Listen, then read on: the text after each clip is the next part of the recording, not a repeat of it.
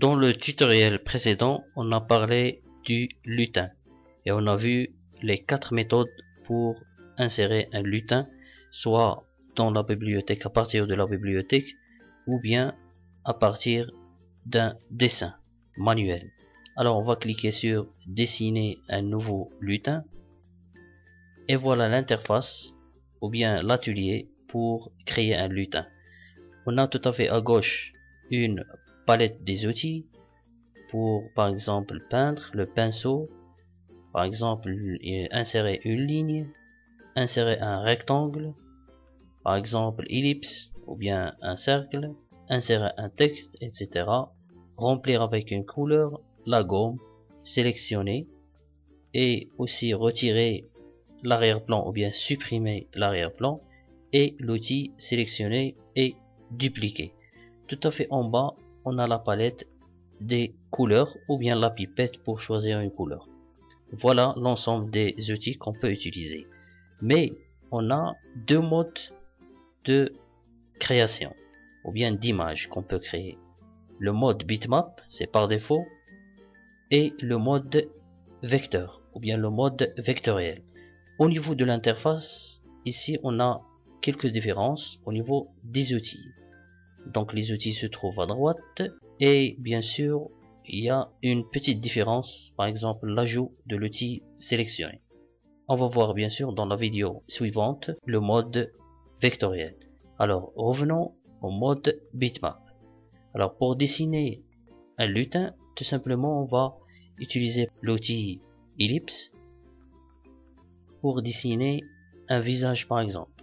Je vais cliquer sur Shift et pour faire bien sûr un cercle et ajouter les yeux. Toujours la même méthode.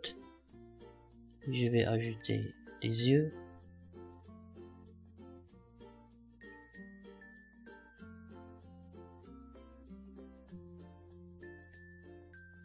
Voilà. Et après, une bouche. Voilà la méthode comment créer le lutin en utilisant bien sûr le mode bitmap. Mais la question qu'on va essayer de poser, quelle est la différence entre une image bitmap et une image vectorielle? Alors on va voir la différence.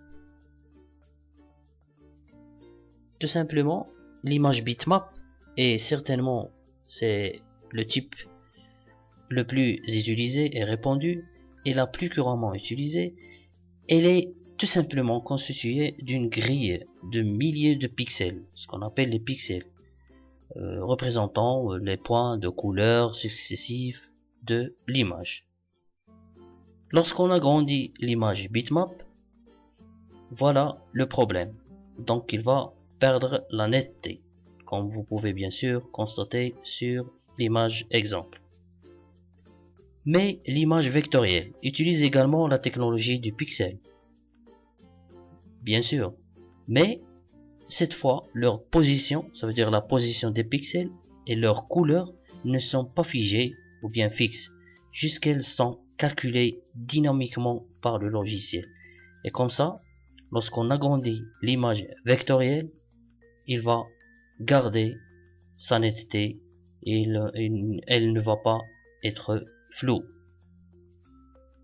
Alors, on va revenir à Scratch pour voir quelques outils. Par exemple, pour ajouter un texte, on clique sur T, on va cliquer sur par exemple ici l'espace et taper Aziz par exemple. Voilà, donc pour utiliser ou bien remplir avec une couleur qu'on va choisir sur la palette, par exemple le vert. Voilà, comme ça par exemple. Gommer quelque chose, etc. Sélectionner, etc. Voilà, donc on a un ensemble d'outils qu'on peut utiliser pour créer un lutin. Mais le problème qui se pose avec le mode bitmap, si on veut modifier une partie du lutin, par exemple, je veux déplacer les yeux. Alors là, je vais pas trouver l'outil pour déplacer les objets. Ça veut dire que dans le mode bitmap, lorsque je crée les parties du lutin, ils vont être figés ou bien ils vont être collés. Ça veut dire qu'ils vont être un ensemble. Si je veux supprimer, je vais supprimer tout le lutin. Je peux pas modifier chaque partie. Par exemple, les yeux, la bouche, le nez, etc. du lutin. Chose qui un peu entrave la modification des lutins. On va voir la solution avec le mode vectoriel dans la vidéo suivante. Merci.